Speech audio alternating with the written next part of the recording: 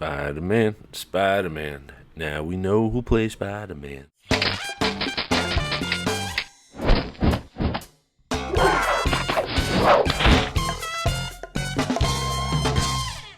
And welcome back to another fun-filled episode of the Comconocave. I am your host, the Comconoclast. And this week's big news was Marvel and Sony finally agreed to an actor to portray the next Spider-Man, Peter Parker. His name's Tom Holland. Now, he's somebody that has experience both on stage and on the big screen, as well as the little screen. He's a 19-year-old English actor, and he was born in Kingston, says, upon the Thames in the United Kingdom. He's worked, he had the lead role in Billy Elliot the musical at the Victoria Palace Theatre in London, and he also had a starring role in the movie The Impossible. I haven't seen The Impossible or Billy Elliot the musical, just because, well, it's a musical. He also played Gregory Cromwell on the television miniseries that was called Wolf Hall. My dad saw that. He said that it was a great show and that there wasn't really a lot of dialogue, just a lot of reactions and things. Anyways, he said that he really enjoyed it. So if you have a chance, watch Wolf Hall. You'll get a little bit more acquainted with the upcoming Peter Parker. There had been a little bit of a disagreement as far as who the actor was going to be between Marvel and Sony. Marvel wanted to go with a guy named Charlie Plummer. That was their first choice. And Sony wanted to go with Tom Holland. Now, both companies actually have a really good track record as far as, casting people into certain roles. Marvel with Robert Downey Jr. as Tony Stark, amazing choice. Chris Hemsworth, Thor, Chris Evans, Captain America, Steve Rogers.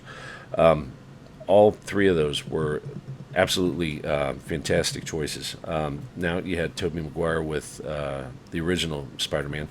And even though I didn't like him, Andrew Garfield seemed to be a real fan favorite as far as his role as Peter Parker. Andrew's problem was he didn't know when to keep his mouth shut, and he just talked a little bit too much, and he really pissed off a lot of fanboys with some of his ideas and suggestions as far as where he thought the character should go.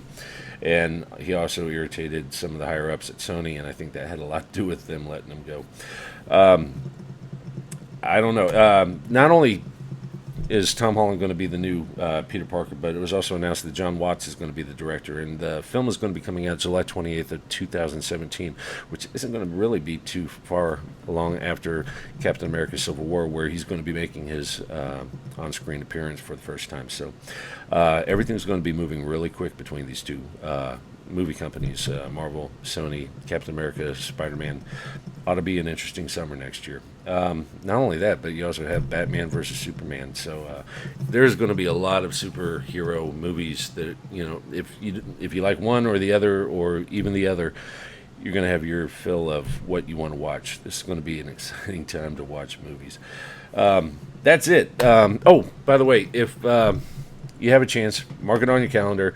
Next week's episode, really cool topic. It's something that I blogged about. It's not available here in the United States yet. You can only get it over in China. But hopefully if things pick up and it goes well, you might be able to enjoy it here as well. Just a little teaser for next week. That's it. If you have any questions, you can reach me on Twitter at Comconoclast. You can reach me online at comconocave@gmail.com.